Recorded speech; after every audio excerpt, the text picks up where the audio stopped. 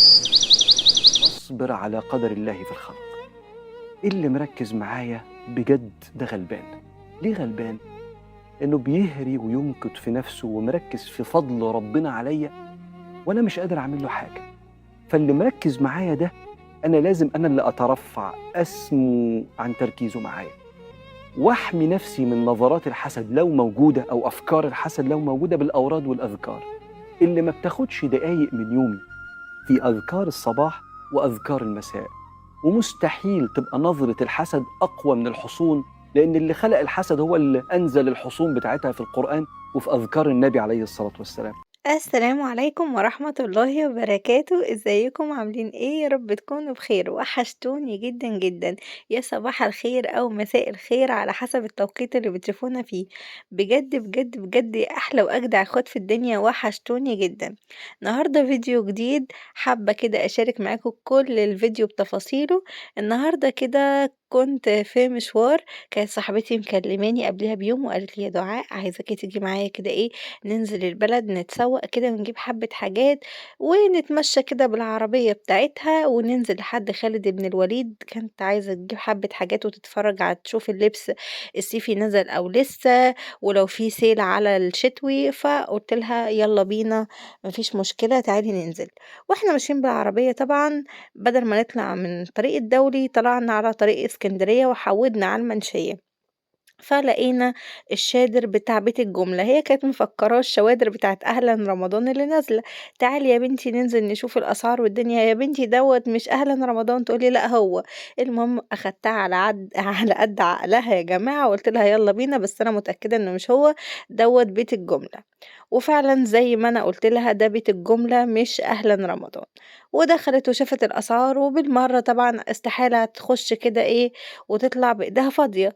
هي اشترت حبّة حاجات ناقصاها محتاجاها للتلاجة عندها في البيت، وأنا كمان كان في حاجات بسيطة كده اشتريتها معايا كده للولاد. المهم عايزة أقول لكم إن الأسعار بجد في كل حاجة، ما فيش حاجة مش غالية.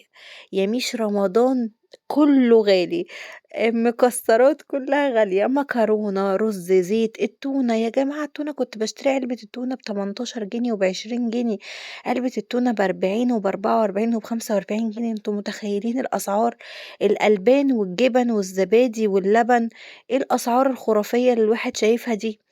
بجد بجد ربنا يا رب يرحمنا برحمته، ويجي علينا رمضان بالخير والأسعار تنزل يا رب عشان نعرف نشتري. ويا رب كده ما بجد يعني ما يبتليكمش بأي حاجة وحشة.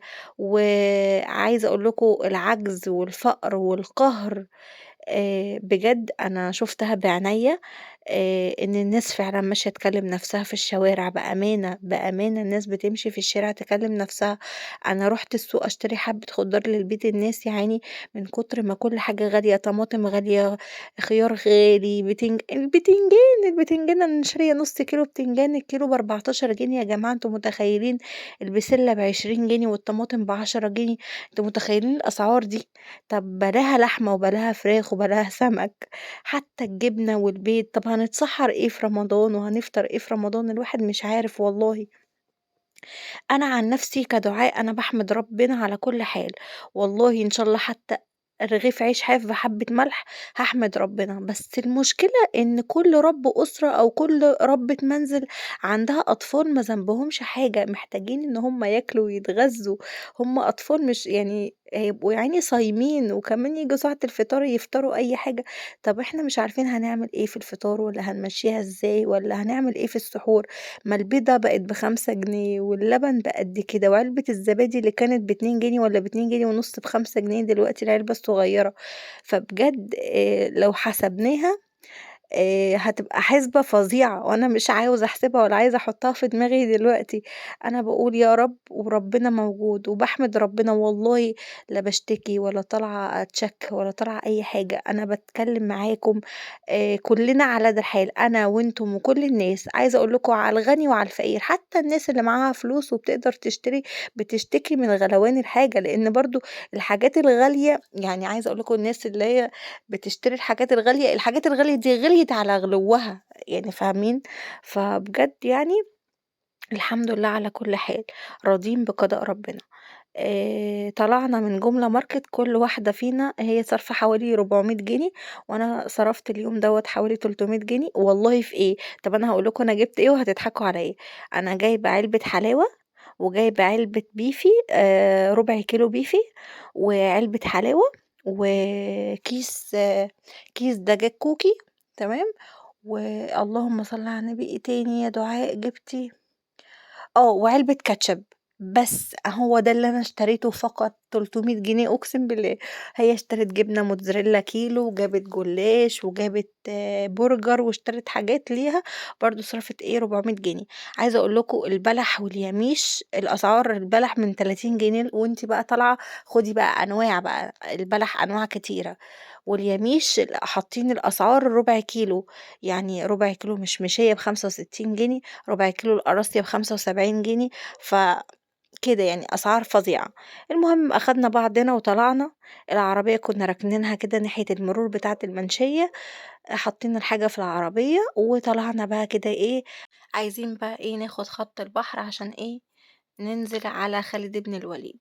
فهي ماشية مشيت أخدت خط غلط كده طلعنا لقينا نفسنا إيه في محطة مصر، إيه ده! طب نطلع على خط البحر إزاي؟ المهم إيه، أخدنا الطريق اللي هو بيطلّعنا كده كإننا نازلين على سبورتنج، دخلنا من جنب كلية الهندسة، الشارع اللي جنب كلية الهندسة على طول أخدناه، لقينا وصلنا كده إيه خط البحر مسكناه، من أول الشاطبي بقى لحد كده إيه إن شاء الله ما نوصل خالد بن الوليد مع بعض، فخليكم معايا كده في الطريق كده شوفوا الطريق بتاعنا زي ما أنتم شايفين كده، ده طريق إسكندرية وطريق البحر بتاعة إسكندرية، إسكندرية مدينة جميلة أوي، أوي، مدينة الجمال، محافظة الإسكندرية مش عشان أنا ساكنة فيها والمحافظة اللي يعني اتربيت فيها وعِشت فيها طول حياتي أنا باحبها، لأ، أنا باحبها عشان هي بجد جميلة وكتير أوي مننا بيحبها. إسكندرية حلوة أوي، أوي، أوي في الشتا، أنا باعشق إسكندرية في الشتا يا جماعة بجد، من عشاقها أقسم بالله.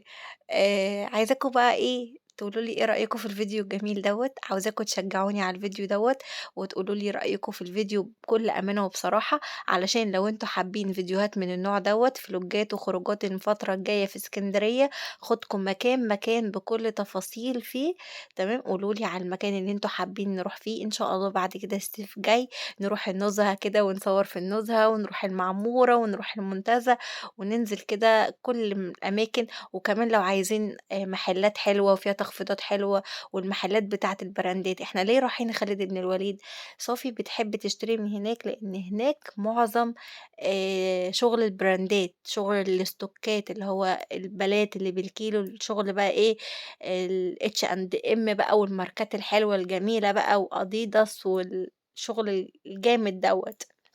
هتلاقوا كل الماركات اللي أنتم بتحبوها، وبجد عايزة أقول لكم لبس جديد مش لبس مستعمل أو اللي هي الحاجات اللي بتبقى فيها ديفوهات والكلام ده، لا، لا، لأ، كلّها لبس جديد بالتيكيتات بتاعتها بجد. فلو أنتم حابين بقى مثلًا أقول لكم أسماء المحلات وأسعار المحلات ولو في sale، عايزة أقول لكم في الفترة الحالية موجود sale على الشغل الشتوي، لإن لسه الشغل الشتوي موجود، ما حدش لسه نزّل شغل صيفي. كل المحلات اللي أنا دخلتها في خالد بن الوليد وهتشوفوها معايا، الشغل اللي عندها لسه شتوي، فلو حابين تنزلوا تشتروا كده وتستفادوا بالsale على الشغل الشتوي، اتفضلوا انزلوا اشتروا لبس شتوي جميل جدًا بجد وأسعارها حلوة أوي، أوي، أوي. إحنا كده ماسكين عايزة أقول لكم الخط بتاع كده الكوبري بتاع ستانلي، طلعنا كده من سيدي جابر، دخلنا كده على كوبري ستانلي زي ما هتشوفوا معايا كده، وهنطلع بقى على سان ستيفانو، خليكم كده ماشيين معايا في الطريق. أول ما هنوصل كده ناكل لقمة كده بسيطة، لإن إحنا كنا ماشيين من غير ما ناكل، حتى لو لاحظتوا وإحنا في بيت الجملة كانت اشترت باكو شيبسي وقعدت تاكل فيه. فأول كده ما وصلنا خالد بن الوليد دخلنا عند مطعم اسمه الزعيم بيبيع كشري، هنطلب كده أكل، أنا هاطلب كشري طبعًا، أكيد دخلت محل كشري يعني هاطلب كشري، وهناكل وبعد كده بقى إيه نلِف كده لفة حلوة كده على المحلات ونتفرّج، وهي هتشتري حاجات ليها وهتشتري حاجات لبنتها، وأنا اشتريت حاجات برضه لولادي، هتشوفوا كل حاجة معايا في الفيديو، بس أهم حاجة تعملوا لايك، اللي لسه مش عامل اللايك يعمل اللايك، واللي لسه مش مشترك يشترك في القناة ويفعل زر الكل عشان يوصلكوا كل جديد مننا.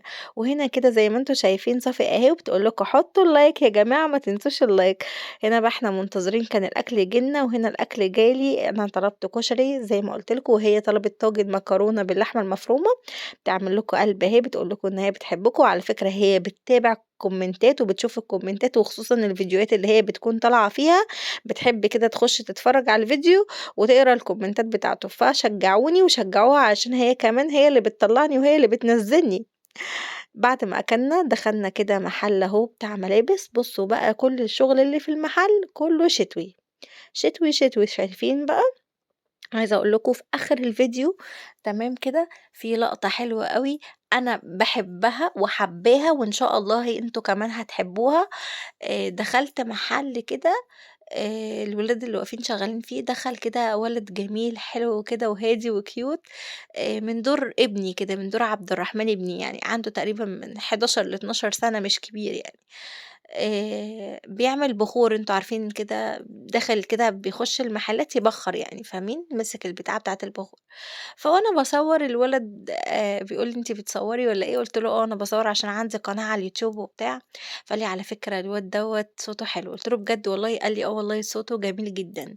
قلت له خلاص خليه يغني، وأنا إيه، هانزّل له الصوت بتاعه كده بطبيعته علشان الناس تقول له رأيها في الكومنتات. أنا بجد عجبني صوته وشايفة إن هو محتاج تدريب. الواد دوّة بجد لو في بيئة ومستوى أحلى وأرقى من كده، بجد الواد دوّة هيبقى حاجة حلوة أوي في المستقبل، هيبقى حاجة كبيرة في المستقبل. هو محتاج إن حد يكتشفه، ومحتاج إن حد يدرّبه. الواد ده لو اتدرّب يا جماعة عايزة أقول لكم بجد، بجد هيبقى في المستقبل حاجة رهيبة. هو محتاج يتدرّب في الوقت الحالي لإن نَفَسه قصيّر. أنتم عارفين الغُنى بيحتاج النَفَس الطويل، فمع التدريب أكيد يعني إيه، هيبقى حاجة كويسة جدًا. هنا زي ما أنتم شايفين بقى المحل دوّة، وإحنا ماشيين كده اتفاجئنا بيه كمان بينادي علينا: "ال4 قطع ب200 جنيه، ال4 قطع ب200 جنيه." إيه يا عم ال4 قطع ب200 جنيه؟ استغربنا والله. فقُلنا إيه، هنرجع له تاني وإحنا راجعين نخش نبُص عليه نشوفه إيه ال4 قطع ب200 ده. هي دخلت اشترت قطعة وأنا اشتريت 3 قطع وإيه، وضبّطناها بيننا وبين بعضينا يعني، لإن هو ما ينفعش تشتري أقل من 4 قطع، لإن هو بيحاسبِك ال4 قطع زي ما قال ب200 جنيه، فما ينفعش تاخدي أقل أنتِ إيه، من كده. اشتريت 3 تيشيرتات للعيال عبد الرحمن وعمر وعُدي، وهي اشترت حاجة برضه لبنتها، تيشيرت كده لبنتها، فأخدنا ال4 قطع ب200 جنيه. يا بلاش والله لو حسبتيها قطعة ب50 فأنتِ الكسبانة. وبجد تيشيرتات حلوة جدًا، هابقى أوريها لكم في فيديو لوحدها، وأقول لكم هي دي التيشيرتات اللي أنا اشتريتها يعني من خالد بن الوليد. بس كده، فعاوزاكم زي ما باقول لكم كده تكملوا لنا الفيديو لحد الآخر كده وتدعمونا وتقفوا جنبنا، علشان بجد، بجد أنا الفترة دي محتاجة بجد لدعمكم. وأدي المحل اللي فيه ال4 قطع ب200 جنيه أهو. بُصّوا بقى التيشيرتات دي حلوة أوي، أوي، أوي، بجد أنا اشتريت التيشيرت اللي أنا ماسكاه اللي فيه أورنج دوّة، بس كان الأورنج دوّة بداله زيتي، أخدته العُدَي، اللي هو بُصّوا الزيتي دوّة اللي هو الجراي في زيتي، هو ده اللي أنا أخدت العُدَي. وأخدت لعبد الرحمن واحد بولو، ولعمر برضه واحد بولو، نُص كُم صيفي، يعني المحل دوّة اللي لقيت عنده فيه نُص كُم كده.